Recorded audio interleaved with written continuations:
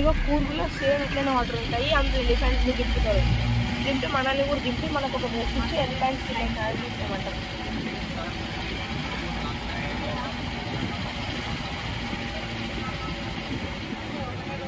విష్ణు మామ ఇందులో మొత్తం ఫిషెస్ ఉంటాయా?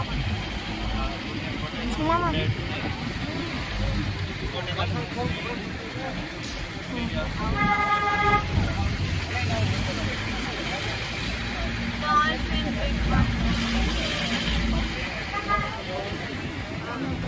ఏమున్నాయి పెద్ద గడపై మనం నిన్న ఇది మంచిగా ఉండే అందరు తీసుకున్నా కూడా బోటింగ్ అవుతుంది. జ్యోతిలో దానికి ఎక్కలేవా?